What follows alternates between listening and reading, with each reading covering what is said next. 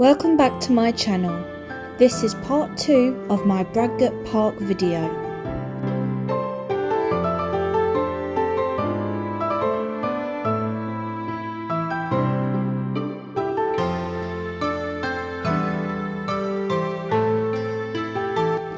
The Visitor Centre opened summer of 2016, following a redevelopment made possible as part of the Rotary Club of Leicester's grants from several local trusts and foundations. The official opening was performed by Sir David Attenborough, a lifelong visitor to Bradgate Park. There is no entry charge, and the family-friendly displays tells the stories of the park, its origins, history, geology, and the wildlife lives in and visits the park. There is opportunities to have a close-up encounter with wildlife, hear from Lady Jane Grey about her story.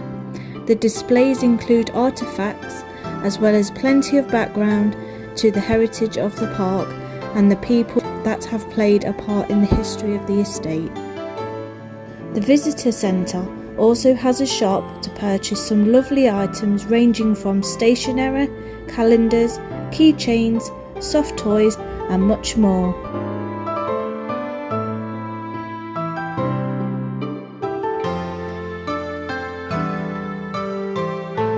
It is also an outlet for venison sales.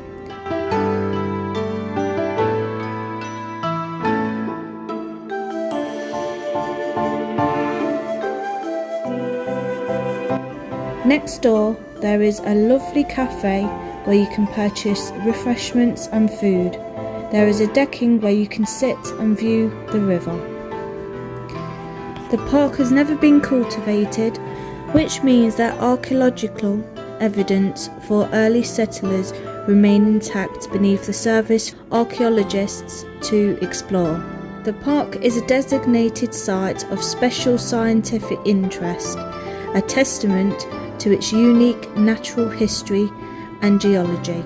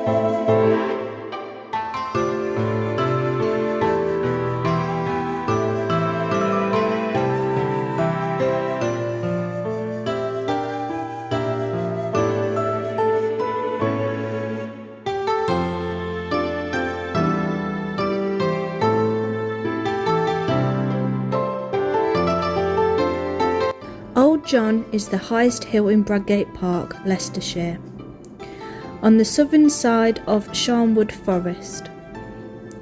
It gives its name to the folly that stands at its top. The hill stands at 212 metres, that is 696 feet high, and it is a prominent landmark across Leicester and Leicestershire.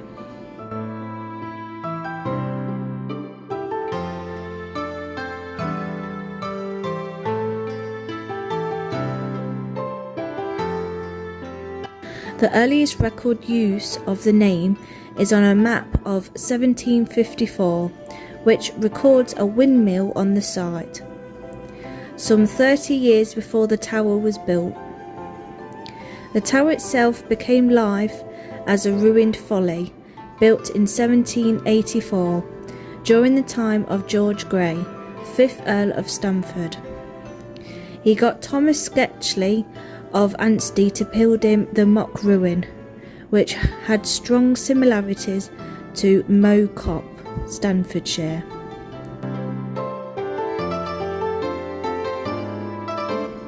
It was adapted in the mid-19th century by the 7th Earl to serve as an observation tower for the practice circuit he laid out for his horses, along with the building of a stable block lower down the hill.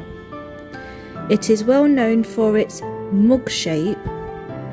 There was a longer section of wall adjoining the tower after the 19th century extension, but this reduced size over the years, leaving the present handle shape. The mug shape has given rise to false accounts of the tower's origins, supposedly relating to a beer-loving miller who was killed after being hit by a pole during a bonfire. In the past, it had also been used as a meeting place for hunters with their foxhounds, and a luncheon house for shooting parties in the castle, prior to the park being donated for public use in 1928. Internally, the tower remains a number of 19th century fittings, including timber floors, slate fireplaces, shutter windows, and a castellated roof. The tower is a Grade 2 listing building. A narrow spiral staircase gives access to the upper floor, and it opens to visitors on the park's guided walk programs.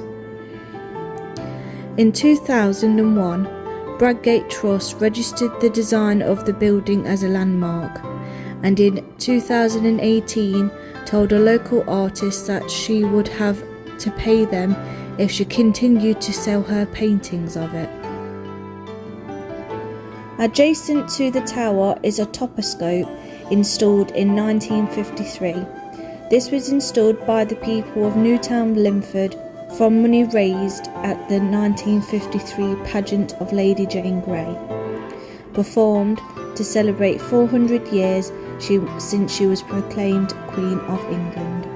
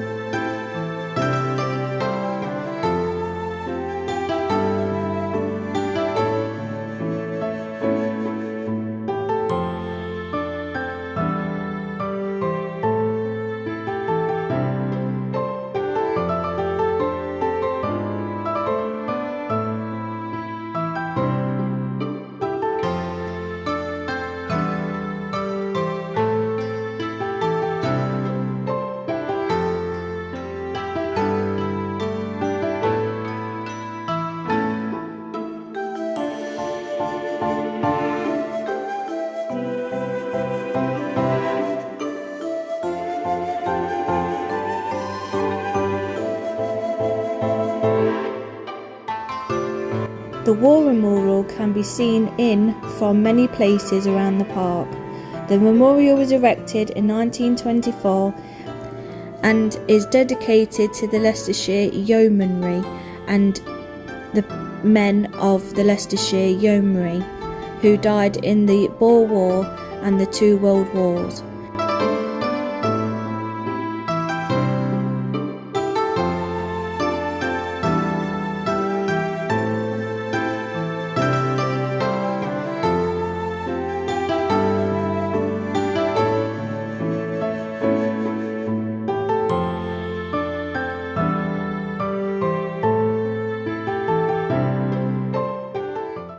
An annual wreath laying ceremony is held at the War Memorial in May around the anniversary of the Battle of Fredericksburg, which was fought in France the 13th of May 1915.